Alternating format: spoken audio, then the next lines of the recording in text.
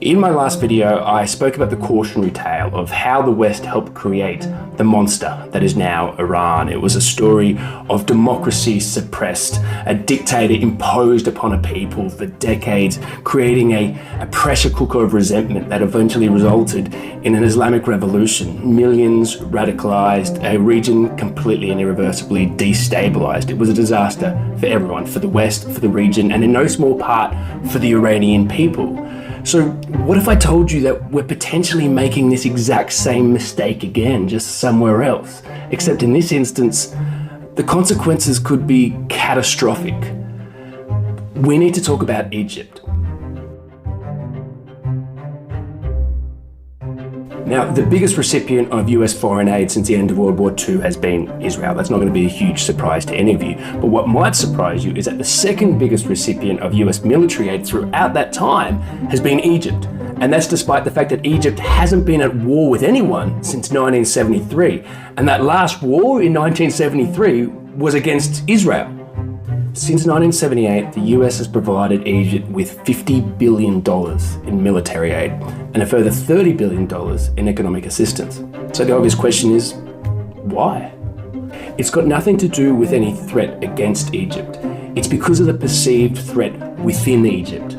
Now, most of you by now obviously know who Hamas is, and some of you will know that Hamas was originally founded by the Muslim Brotherhood, a political Islamist movement that was started in Egypt.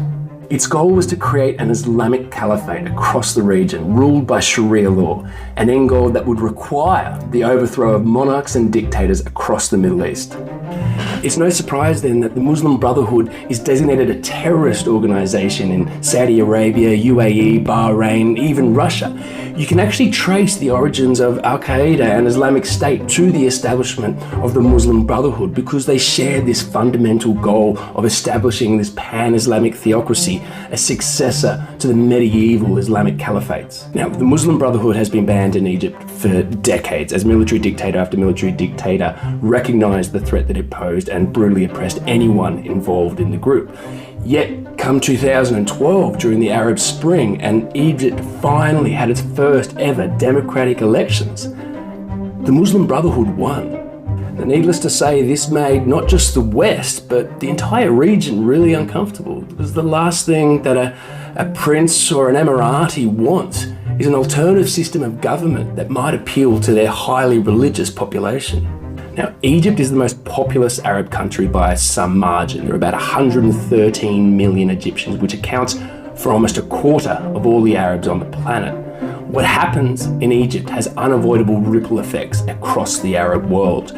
For those in power in the Arab world, the idea of an Egypt run by the Muslim Brotherhood constituted an intolerable security risk, which is why a year after those very first elections, the world either at best bit its tongue or turned away as a military coup overthrew Egypt's first and only ever democratically elected president and reinstalled a military dictatorship. Now, this is a brutal dictatorship with a deplorable human rights record and one that is incredibly corrupt and completely mismanaging the economy.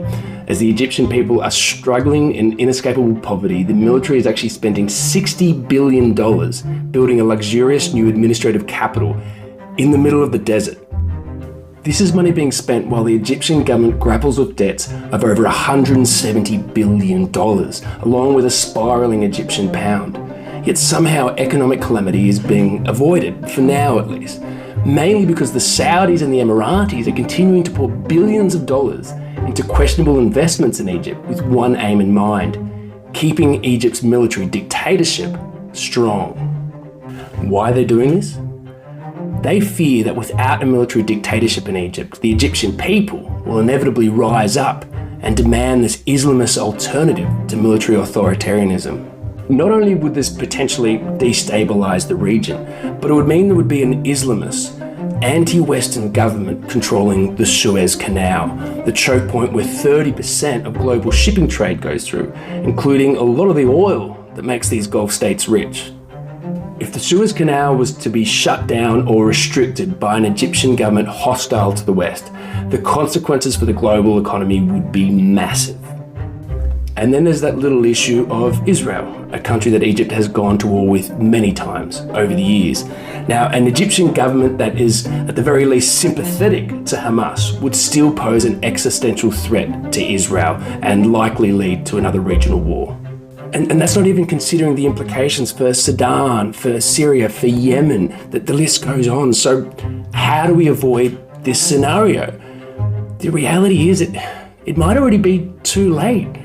For every year under this oppressive dictatorship, the Egyptian people will be becoming more and more radicalized as they yearn for any alternative to this corrupt regime that has siphoned off the nation's wealth for decades. President Assisi is confident that the world will do everything they can to keep him in power because he is confident that he is the only thing stopping Iran becoming the next bigger, more deadly and more dangerous version of Iran. Yet at the same time, he's also possibly the single biggest thing that will cause it to happen. The Egyptian people have been placed inside this pressure cooker for so long that no one knows if it's possible to actually relieve any of that pressure without an explosion.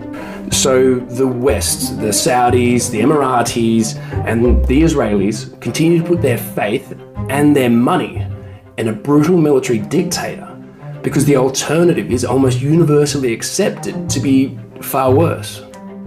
And it might be, for now, until that pressure continues to build and build, until we have another geopolitical explosion that alters the course of history.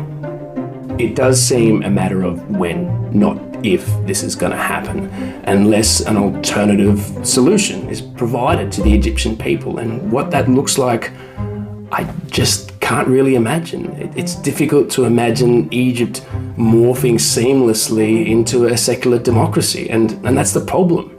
Until that seems possible to most of the world, a military dictator seems the preferred option. Until it isn't.